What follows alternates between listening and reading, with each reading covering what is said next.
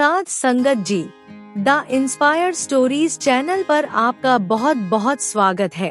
Video शुरू करने से पहले कृपया आप मेरे चैनल को सब्सक्राइब जरूर करें और साथ में बेल आइकन को भी दबा दें ताकि मेरे नए वीडियो का नोटिफिकेशन आपको मिल जाए।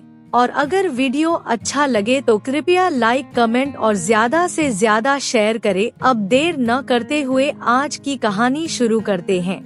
साथ संगत जी, भारत देश में त्योहारों का बहुत महत्व है। भारत में सभी तरह के त्योहार मनाए जाते हैं और सभी त्योहारों की अलग अलग कहानी भी है, जिसमें ये बताया जाता है कि इस त्योहार को मनाने का क्या कारण है और इस त्योहार की क्या महत्व है। हमारी आज की कहानी लोहड़ी के बारे में है। हम आज आपको बताएंगे कि लोहड़ी क्यों मनाते हैं और कब मनाई जाती है। अब देर ना करते हुए आज की महत्वपूर्ण कहानी शुरू करते हैं। दोस्तों, लोहड़ी भारत के उत्तरी क्षेत्र, जिनमें से पंजाब, हरियाणा और हिमाचल प्रदेश और जम्मू कश्मीर के हिस्सों में मनाई जाती है। दोस्तों, इन राज्यों में लोहड़ी को बड़ी धूमधाम से मनाया जाता है। लोहड़ी सर्दियों के अंतिम महीने में मनाई जाती है और लोहड़ी के बाद दिन लंबे होने शुरू हो जाते हैं और रात छोटी हो जाती है। लोहड़ी से कुछ दिन पहले ही छोटे छोटे बच्चे घर घर जाकर लोहड़ी मांगते हैं। लोहड़ी का त्योहार बड़े हर्ष उल्लास के साथ मनाया जाता है। लोहड़ी का त्योहार आपस में भाईचारा भी बढ़ाता है। इसमें आसपास के सभी लोग एक जगह बहुत सी लकड़ियां इकट्ठी करके जलाते हैं और फिर सभी लोग मूंगफली रेवड़ी खाते हुए नाचते गाते ये त्योहार मनाते हैं। दोस्तों, लोहड़ी का त्योहार किसानों की फसलों के साथ भी जुड़ा हुआ है। दोस्तों, भारत शुरू से कृषि प्रधान देश रहा है। ये त्योहार मकर संक्रांति से एक दिन पहले 13 जनवरी को मनाया जाता है। ये रबी की फसलों, खास तौर पर गन्ने की कटाई का प्रतीक भी होता है, जो इस त्योहार का अभिन्न अंग है। दोस्तों, गन्ने की फसल से गुड़ और गज्जक बनाई जाती है, जो लोहड़ी के दिन बड़े चाव से खाई जाती है। ये त्योहार सदियों से भारतवर्ष में मनाया जाता है। इस दिन लोग आग जलाकर उसके चारों तरफ इकट्ठे हो जाते हैं और लोग गीत गाते हैं और बड़ी श्रद्धा से आज की लपटों में तिल और मूंगफली डालते हैं। दोस्तों, लोहड़ी से जुड़ी हुई बड़ी प्रसिद्ध कथा 16वीं सदी के नायक दुल्ला भट्टी की कहानी है। ये मुगल शासन काल के समय की बात है और उन्हें मुगलों के दमनकारी शासन के विद्रोह के रूप में याद किया जाता है। मुगल शासक युवा लड़कियों को गुलामों के रूप में उठाकर ले जाते थे। दुल्ला भट्टी को उनको दरबार में जाने से रोकने के लिए याद किया जाता है। दुल्ला भट्टी ने न केवल इन लड़कियों को बचाया बल्कि उनकी शादी का इंतजाम भी किया और अपनी जेब से उन्हें दहेज भी दिया। लोहड़ी के त्योहार में अक्सर दुल्ला भट्टी का नाम आता है और उनका नाम बड़ी इज्जत के साथ याद किया जाता है। दुल्ला भट्टी का एक लोकगीत बड़ा प्रसिद्ध है। सुंदर मुंदरिये तेरा कौन बेचारा, दुल्ला भट्टी वाला। ये लोकगीत उनके कार्यों को बताता है। लोग उनके साहस और दयालुता का सम्मान करने के लिए ये गीत गाते हैं। दोस्तों, लोहड़ी के उत्सव के साथ पौराणिक संबंध भी है। लोग इसको भगवान शिव की पत्नी देवी सती से भी जोड़ते हैं। हिंदू पौराणिक कथाओं के अनुसार सती ने अपने पिता राजा दक्ष के द्वारा अपने पति का अपमान करने के बाद अपने आप को आग में जला लिया था। लोहड़ी को कभी कभी एक उत्सव के रूप में भी देखा जाता है, जो अंधकार और नकारात्मक पर अग्नि की जीत का प्रतीक है और इसको वातावरण को शुद्ध करने के रूप में भी जाना जाता है। कुछ क्षेत्रों में लोहड़ी को होलिका और प्रहलाद की कहानी से भी जुड़ा हुआ माना जाता है, जहां पर प्रहलाद की अपनी चाची होलिका के बुरे इरादों पर ईश्वर की भक्ति की जीत का जश्न भी मनाया जाता है। दोस्तों, हालांकि ये कहानी सीधे होली से भी जुड़ी हुई है, लेकिन पवित्रता और सुरक्षा के प्रतीक के रूप में अग्नि के प्रति श्रद्धा के रूप में समान आदर पाती है। दोस्तों, लोहड़ी केवल फसलें कटने का त्योहार नहीं है, इसका गहरा संस्कृत महत्व भी है। तो लोहड़ी एक ऐसा त्योहार है, सभी समुदायों को एक साथ लाता है। सभी पड़ोसी सामूहिक रूप से एक बड़े अलाव के चारों तरफ इकट्ठे होते हैं और ये दोस्ती और एकता को मजबूत करते हैं। दुल्ला भट्टी की प्रशंसा करते हुए लोहड़ी पर लोकगीत गाए जाते हैं, जिससे सभी में भाईचारा बढ़ता है। दोस्तों, लोहड़ी को उन परिवारों के लिए शुभ माना जाता है जिनकी हाल में ही शादी हुई हो या फिर उनके घर में किसी बच्चे का जन्म हुआ हो। नवविवाहित जोड़ों और नवजात शिशुओं के लिए पहली लोहड़ी विशेष रूप से दावतें और आशीर्वाद के लिए मनाई जाती है, जिसमें माता पिता आग के चारों तरफ बैठते हैं और यार दोस्तों और रिश्तेदारों को मिठाई बांटते हैं। ये त्योहार समृद्धि और खुशियों का प्रतीक है। सभी लोग मिलकर शाम के समय इसके चारों तरफ इकट्ठा होते हैं और पारंपरिक गीत गाते हुए मूंगफली, पॉपकॉर्न और अन्य चीजें आग में डालते हैं। ये उत्सव पिछली फसल के लिए आभार और आने वाली फलदायी मौसम के लिए प्रार्थना का प्रतीक भी है। लोहड़ी के दौरान पारंपरिक पंजाबी नृत्य भांगड़ा और गिद्दा बड़े उत्साह के साथ डाला जाता है। इस दौरान पुरुष और महिलाएं चमकीले वस्त्रों में सजे हुए ढोल की आवाज पर नाचते हैं और अपनी आने वाले जीवन और समृद्धि का जश्न मनाते हैं। लोहड़ी के दौरान ज्यादा गाए जाने वाले गीत ज्यादातर प्रकृति, फसल और दुल्ला भट्टी जैसे नायकों की प्रशंसा के लिए होते हैं। दोस्तों, अभी तक लोहड़ी की मूल परंपराएं बरकरार हैं, लेकिन इस नए युग में इसमें कुछ और नई चीजें भी शामिल की गई हैं। इस दौरान परिवार बड़ी सभाएं आयोजित करते हैं, कभी कभी तड़क भड़क वाले संगीत और इसके साथ लोकगीतों का भी आयोजन किया जाता है। शहरी क्षेत्रों में लोहड़ी को भव्य जश्न के रूप में भी मनाया जाता है, जहां पर मक्की की रोटी और सरसों का साग जैसे पारंपरिक व्यंजन परोसे जाते हैं। दोस्तों, ये त्योहार पंजाब की संस्कृति और कृषि विरासत की याद भी दिलाता है। लोहड़ी का केंद्रीय प्रतीक गर्मी, प्रकाश और बुरी ताकतों से सुरक्षा का प्रतीक भी है। ये त्योहार समृद्धि और अच्छे स्वास्थ्य के लिए प्रार्थना का एक रूप भी है। तिल, रेवड़ी, गुड़, मूंगफली जैसी चीजें आग में प्रसाद के रूप में डाली जाती हैं। ये आने वाली अच्छी फसल की उम्मीद भी है। आग जलाकर उसके चारों तरफ नाचते गाते हुए सुंदर मुंदरिये जैसे गीत भी गाए जाते हैं। ये गीत वीरता, कृतिका और फसल की खुशियों की कहानी भी सुनाते हैं। दोस्तों, लोहड़ी से जुड़े खाद्य पदार्थों में मक्की की रोटी, सरसों का साग और तिल की मिठाई, गजक और गुड़ भी शामिल है। दोस्तों, ये व्यंजन मौसमी उपज से तैयार किए जाते हैं, जो त्योहार के कृषि सार को भी उजागर करते हैं। जबकि इस दौरान पंजाब लोहड़ी का केंद्र बना हुआ है, सभी राज्यों में कुछ न कुछ अलग विभिन्नताएं हैं। हरियाणा में लोहड़ी का समान महत्व है। इसमें बड़े लोगों द्वारा छोटे बच्चों को पैसे देने की अलग परंपरा है। हिमाचल प्रदेश में लोग स्थानीय लोक परंपराओं और नृत्य को शामिल करते हैं और त्योहार को मनाते हैं। जम्मू और कश्मीर में ये त्योहार कड़ी सर्दियों के अंत और गर्म दिनों का प्रतीक है।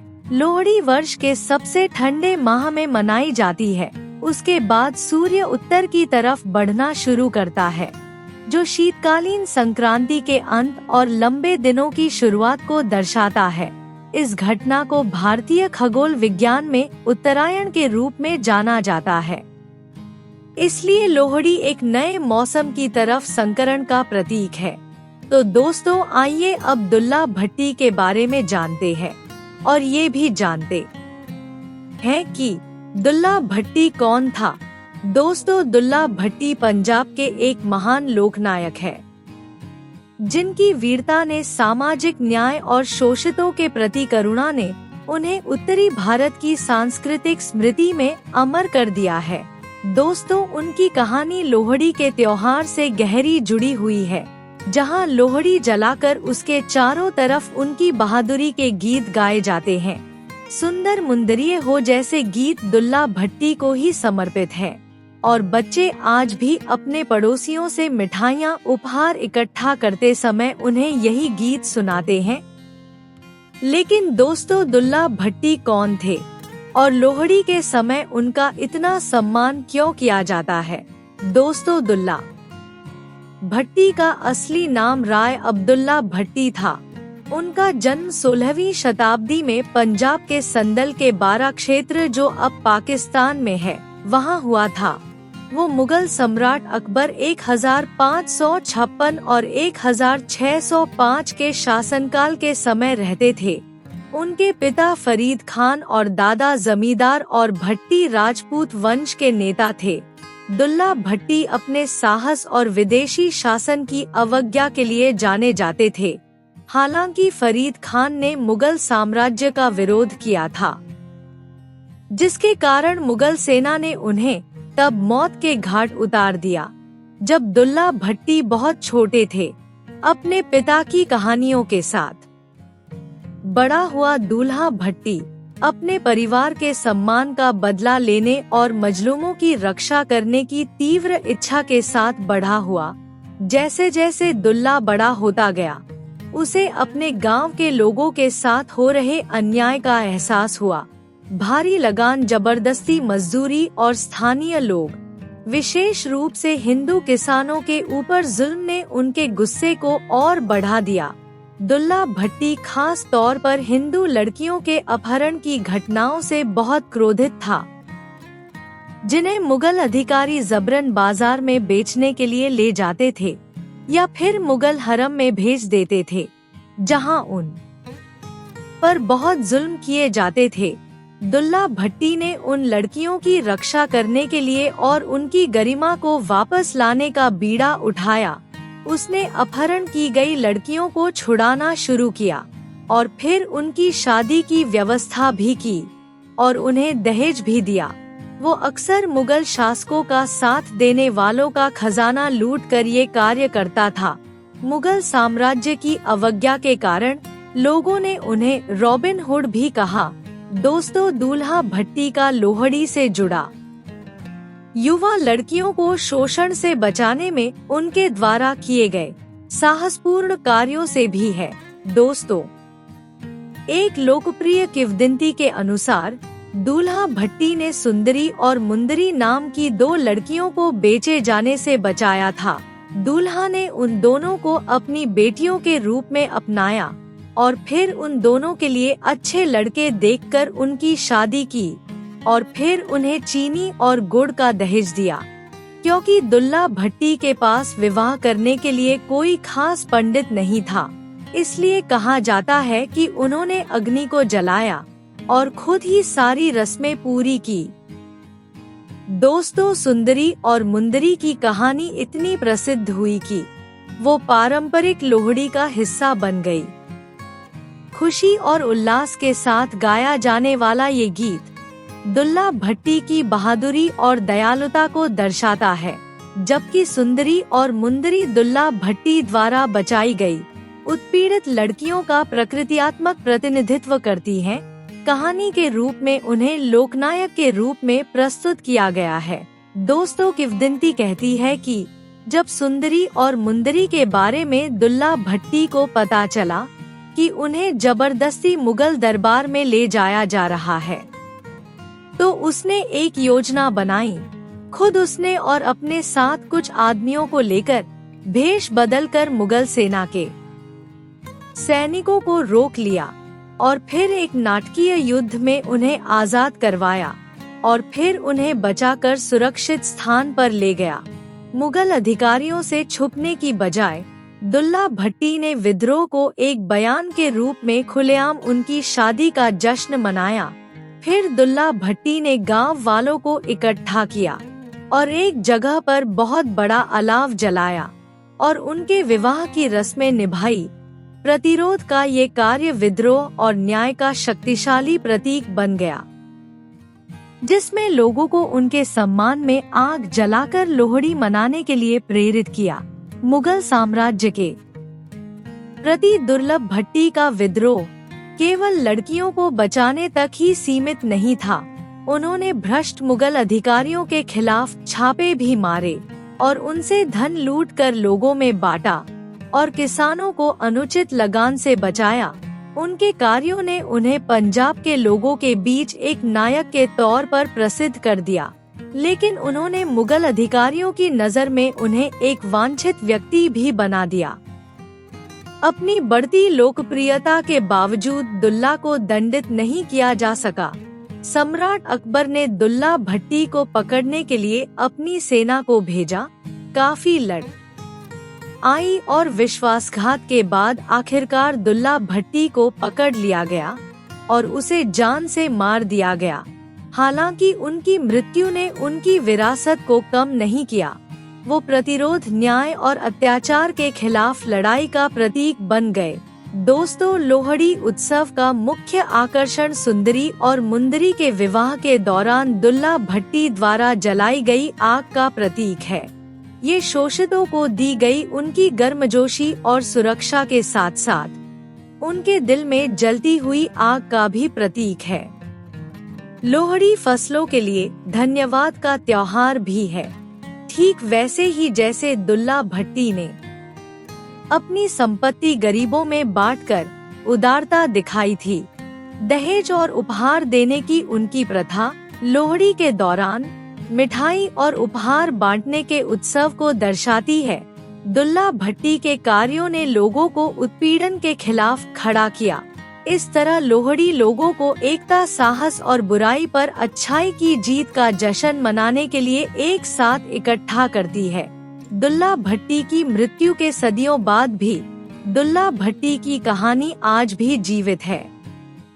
पंजाब और आसपास के क्षेत्र में उन्हें न केवल लोहड़ी के दौरान बल्कि सांस्कृतिक गौरव और प्रतिरोध के एक व्यक्ति के रूप में याद किया जाता है। लोक कथा और नाटक उनकी कहानी को फिर से बताते हैं और उनकी याद को जिंदा रखते हैं। उनकी विरासत क्षेत्रीय सीमाओं को पार कर चुकी है, जो न्याय और मानवीय गरिमा के सार्वजनिक लड़ाई का प्रतीक है। दोस्तों, आज लोहड़ी का त्योहार बहुत ही उत्साह के साथ मनाया जाता है। इसमें आलाव मुख्य तत्व बना हुआ है, जो कि गर्मजोशी और एकता का प्रतीक है। दोस्तों, लोग पारंपरिक गीत गाते हैं, जिनमें से कईयों में दुल्ला भट्टी के बारे में बताया गया है और लोग आग के चारों तरफ गिद्दा भंगड़ा करते हैं। परिवार रेवड़ी, गजक और मूंगफली जैसे मेवे बांटते हैं, जो कि फसल की पैदावार का भी प्रतीक है। नवजात शिशु या नववाहित जोड़ा अपनी पहली लोहड़ी मनाने वाले परिवारों के लिए ये त्योहार विशेष महत्व रखता है। ऐसा माना जाता है कि दुल्ला भट्टी का आशीर्वाद जीवन में समृद्धि और सुरक्षा लाता है। दुल्ला भट्टी की कहानी और लोहड़ी से उनका जुड़ाव बहादुरी की एक शक्तिशाली कहानी है। लड़कियों को जुल्म से बचाने और मुगल साम्राज्य की अवज्ञा करने के उनके कार्यों ने उन्हें एक नायक बना दिया है। दोस्तों, लोहड़ी का त्योहार दुल्ला भट्टी के लिए एक श्रद्धांजलि के तौर पर भी माना जाता है। उनकी कहानी हमें जुल्म के खिलाफ खड़े होने और जालिमों को सजा देने की भी प्रेरणा देती है। दोस्तों, लोहड़ी केवल एक त्योहार नहीं है, ये संस्कृति, इतिहास और परंपराओं का एक जीवंत ताना बाना है। दोस्तों, ठंड के मौसम में लोहड़ी का त्योहार गर्मी लाता है। दुल्ला भट्टी जैसे महापुरुषों का सम्मान करके और फसलों की भरपूर पैदावार का जश्न मनाकर लोहड़ी हमें प्रकृति के उपहार को एकजुट और संगीन की प्रेरणा देती है। दोस्तों, तो ये थी लोहड़ी की पूरी कहानी, जिसमें हमने आपको बताया कि लोहड़ी कब और क्यों मनाई जाती और दुल्ला भट्टी कौन था। ये सब जानकारी आपको कैसी लगी, कृपया कमेंट करके जरूर बताएं। और वीडियो अच्छा लगा हो तो लाइक, शेयर और कमेंट भी जरूर करें। आपके प्यार और स्नेह के लिए बहुत बहुत धन्यवाद।